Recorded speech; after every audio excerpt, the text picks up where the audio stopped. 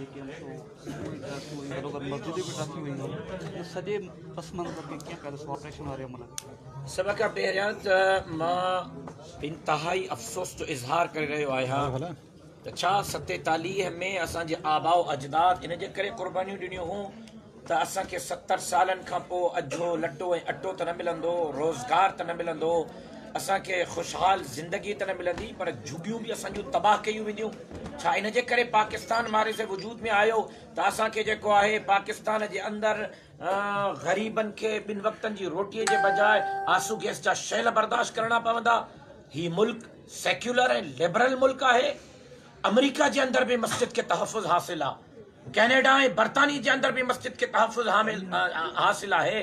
3 ॾींहनि में 19 मस्जिदूं शहीद कई वयूं आहिनि। आख़िर कंहिंजो हुकुम आहे? SSP साहब सां ॻाल्हायूं था त चए थो इरिगेशन थी करे, इरिगेशन करे थी त इरिगेशन अची मज़ाहमत करे न। पुलिस वारा मस्जिद में घिरिया आहिनि, क़ुरान मजीद जो तक़द्दुस पामाल कियो आहे, मस्जिद जो तक़द्दुस पामाल कियो आहे। मुंहिंजनि कारकुननि खे लठियूं हयूं वयूं आहिनि, सिधी फायरिंग कई वई आहे, आंसू गैस जा शैल हया विया आहिनि। मां बाज़ाब्त तौर ते बहैसियत हिक कारकुन जे, बहैसियत हिक मस्जिद जे मुहाफ़िज़ जे हाई कोर्ट वञी रहियो आहियां। हाई कोर्ट में इन केस में मां धुर थियण जो मुतालबो कंदुसि ऐं हाई कोर्ट खे अपील कंदुसि त हाई कोर्ट वाज़े मौक़िफ़ ॾे त आया हाई कोर्ट मस्जिदनि ठाहिण जो हुकुम ॾिनो आहे या न ॾिनो आहे। जेकॾहिं हाई कोर्ट जो हुकुम आहे, मुंहिंजी जमात वेही करे उन ते गौर ऐं फ़िक्र कंदी। जेकॾहिं हाई कोर्ट जो हुकुम न आहे, इंक्रोचमेंट जे नाले ते हाई कोर्ट जो हुकुम खे बहानो बणाए मुंहिंजनि मस्जिदनि खे शहीद कयो वियो आहे। 8 ॾींहनि जो अल्टीमेटम ॾियां थो। 8 ॾींहनि जे अंदरि मुंहिंजनि मस्जिदनि खे ॿीहर तामीर कयो वञे। जेकॾहिं न, मां पाण उन्हनि 19 शहीद मस्जिदनि जी तामीरात जो कमु जारी कराईंदुसि।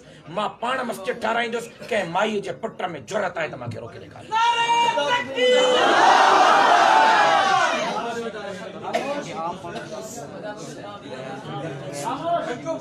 ज़ुल्म जी इंतहा है, ज़ुल्म जी इंतहा है। जेकॾहिं ॾिसो 2 शयूं आहिनि।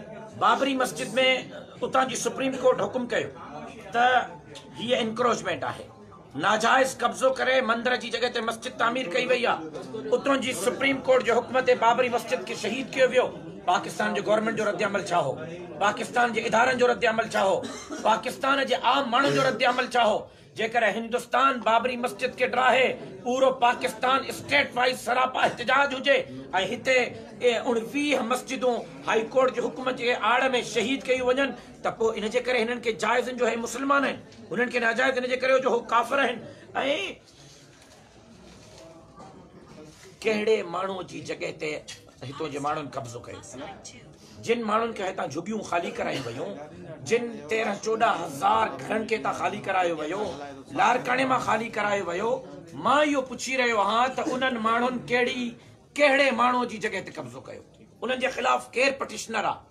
जेकॾहिं सरकारी ज़मीन ते कब्ज़ो हो, उन्हनि खे बिजली जो गैस कंहिंजे चवण ते हणाए ॾिनो वियो, गैस जो बिल कंहिंजे चवण ते ॾिनो वियो, उन्हनि खे मीटर कंहिंजे चवण ते ॾिनो वियो। हेतिरनि सालनि खां उहे मौजूदा उन्हनि खे रोकियो छो न वियो? जॾहिं घर ठहनि पिया उन वक़्तु इदारा काथे मुअल हुया। हाणे जेकॾहिं मिसाल जे तौर ते सिंध हुकूमत खे या हाई कोर्ट खे या कंहिं इदारे खे मजबूरी आहे सरकारी ज़मीन ख़ाली कराइणी आहे त मुतबादिल फ़राहम करनि। कंहिं बि क़ीमत ते ग़रीबनि सां वेसा घाती जमीयत उलमा इस्लाम थियण न ॾींदी। इंक्रोचमेंट जे नाले ते ज़ुल्म बंदि कयो वञे। हाई कोर्ट जो हुकुम जे आड़ में ग़रीबनि ते तशद्दुद बंदि कयो वञे। जमीयत उलमा इस्लाम वाज़े तौर ते बेघर थियल माण्हुनि सां गॾु आहे। जेको उहे इलाही अमल इख्तियार कंदा, जमीयत उलमा इस्लाम उन्हनि सां गॾु बि आहे। अच्छा, अॻे कोई मामिलो थियो आहे कशीदगीअ जो, शेलिंग बि थी आहे, हुननि जो चवणु आहे त पहिरियों हमिलो कयो वियो आहे उन्हनि जे कारकुननि, त इनखे मामले खे अॻिते कीअं करे ॾिसो त इहो अॻिते हली वधीक फुटेजिस त KTN जारी कयूं आहिनि। KTN ॿुधाए त मुंहिंजे कंहिं हिकिड़े कारकुन जे हथ में को पत्थर बि आहे। मस्जिद जे अंदरि मुंहिंजा कारकुन वेठा आहिनि। मस्जिद जे अंदरि केरु घुसियो आहे?